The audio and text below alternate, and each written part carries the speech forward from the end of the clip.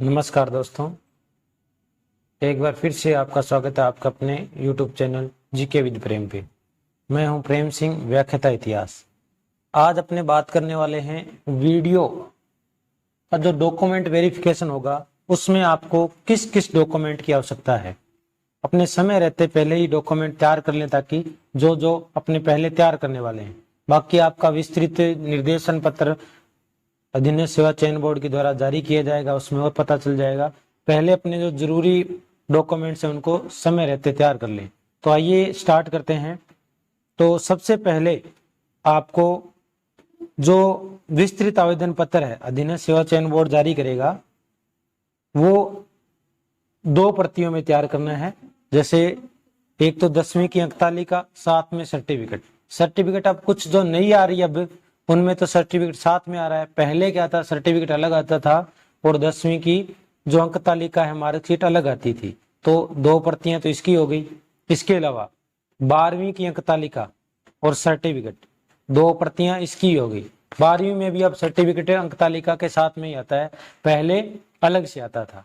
तीसरी है ग्रेजुएशन की अंक तालिका, यानी बीए की अंक तालिका और डिग्री, मार्कशीट और डिग्री दोनों आपके पास होना चाहिए।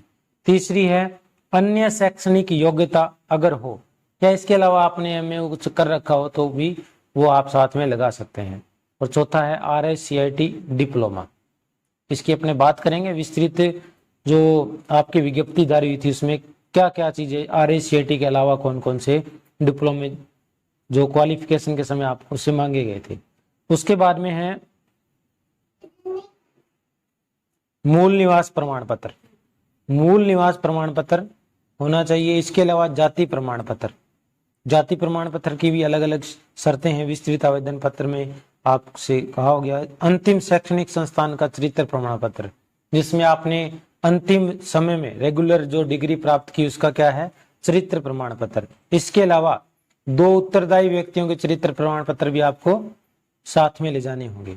पहचान पत्र में आ गया आधार कार्ड या पैन कार्ड या वोटर ID कार्ड।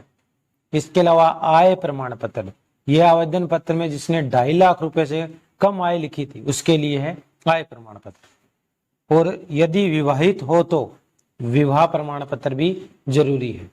फिर उसके बाद में है संतान संबंधी घोषणा पत्र। अब ये घोषणा पत्र आपको अभी तैयार नहीं करवाने, ये आपसे जब डॉक्यूमेंट वेरिफिकेशन की डेट आ जाएगी उसके बाद में आपको ये सब तैयार करने हैं। पहले जो ऊपर वाले थे वो जरूरी है, जैसे डिग्री वगैरह आपको अपने कॉलेज से या यूनिवर्सिटी से जहाँ से लेनी है ले लें। और विवाह प्रमाण पत्र अगर नहीं बना है तो समय रहते बनवा लें, मूल निवास बनवा लें। इसके अलावा अब विधवा या परित्यक्ता जो है तलाकशुदा, उसका विवाह प्रमाण पत्र, संतान संबंधी घोषणा पत्र, ये घोषणा पत्र जो भी है वो आपको बाद में बनवाने हैं। विधवा या परित्यक्ता से संबंधित दस्तावेज, जो भी डॉक्यूमेंट है विधवा के, जैसे पति का मृत्यु प्रमाण पत्र वगैरह हो गया। और तलाकशुदा है तो कोर्ट से जारी तलाक का ऑर्डर वगैरह हो गया, उनकी कॉपी लगेगी साथ में। इसके अलावा एक शपथ पत्र भी लगेगा उनका कि अब तक पुनर्विवाह उन्होंने नहीं किया। ये शपथ पत्र जो भी है वो आप DV की डेट जारी होने के बाद में जब भी आपका डॉक्यूमेंट वेरिफिकेशन हो उससे 1-2 दिन पहले बनवा लेना। तहसील में 1 दिन में आराम से बन जाते हैं।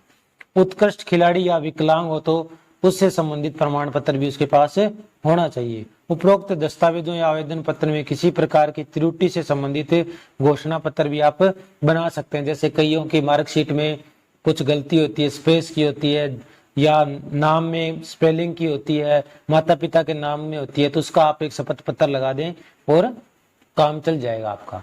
तो ये है आपकी विज्ञप्ति। अब जब आप विस्तृत आवेदन पत्र अधीनस्थ सेवा चयन बोर्ड जारी करेगा तो उसमें आपसे ये विज्ञप्ति क्रमांक भी मांगेगा, तो ये भी आपको ध्यान में रखना है। बाकी जब भी जारी होगा उससे पहले एक वीडियो में और लेके आऊंगा, आपको बता दूंगा कि किस प्रकार से उस विस्तृत आवेदन पत्र को भरना है और अब आपको कितने सेट तैयार करने। हर सेट 2 सेट तैयार आपको करने हैं। वैसे अब अपने नीचे इसमें संबंधित निर्देश से उसकी बात करते हैं। तो अब अपने बात करते हैं पात्रता और शैक्षणिक योग्यता की। जब आपसे आवेदन पत्र मांगा गया था तो एक तो ये है कि पात्रता में स्नातक हो गई, वो तो है ही, BA की डिग्री प्लस अंक तालिका दोनों साथ में लगी मार्कशीट। अब इसमें सर्टिफिकेट कौन कौन से चलते हैं? एक तो RSCIT मैंने आपको पहले बता दिया, इसके अलावा O लेवल या उच्च स्तरीय सर्टिफिकेट, ठीक है। इसके अलावा व्यवसायिक प्रशिक्षण योजना के अंतर्गत राष्ट्रीय परिषद नेशनल काउंसिल, राज्य परिषद स्टेट काउंसिल के अधीन आयोजित DPC कोर्स, कोपा, ये जो ITI वगैरह कोपा में की है उनका प्रमाण पत्र भी चलेगा। इसके अलावा भारत में विधि द्वारा स्थापित विश्वविद्यालय, सरकार द्वारा मान्यता प्राप्त संस्थान से कंप्यूटर साइंस या कंप्यूटर एप्लीकेशन में जिसने डिप्लोमा किया है वो भी इसके लिए क्या है? पात्र है। और पॉलिटेक्निकल संस्थान और computer science and engineering diploma भी वैलिड रहेगा। और मैंने बता दिया था महावीर खुला विश्वविद्यालय से RSCIT कोर्स का प्रमाण पत्र भी पत्र वाले भी क्या है? वैलिड रहेंगे।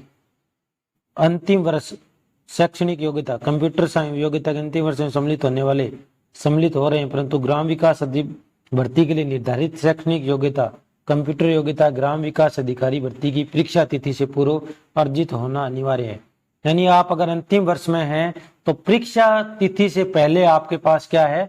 अंक तालिका या रिजल्ट जारी हुआ होना, योग्यता होनी चाहिए आपके पास, सीधी सी।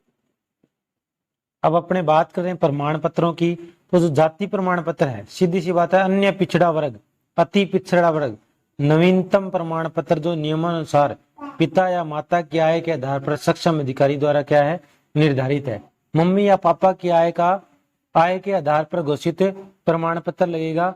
अति पिछड़ा वर्ग या अन्य पिछड़ा वर्ग की विवाहित महिला आवेदक को नियमानुसार पिता या माता की आय के आधार पर जारी प्रमाण पत्र विस्तृत आवेदन पत्र के साथ प्रस्तुत करना आवश्यक है।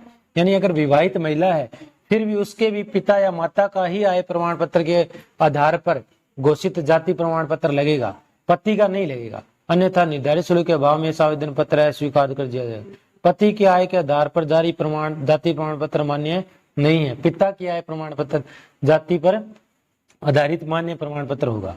आर्थिक रूप से कमजोर वर्ग के अभ्यर्थियों को सक्षम अधिकारी द्वारा निर्धारित प्रारूप में जारी इनकम एंड असिस्टेंट सर्टिफिकेट प्रस्तुत करना होगा, ठीक है। इसके अलावा अनुसूचित जाति, अनुसूचित जनजाति ऑनलाइन एप्लीकेशन फॉर्म प्राप्ति के अंतिम दिनांक से पूर्व जारी होना चाहिए। यानी SC और ST के लिए पूर्व में जारी हुआ जो अंतिम दिनांक थी फॉर्म भरने की, उससे पूर्व जारी हुआ प्रमाण पत्र ही क्या है? वैध है।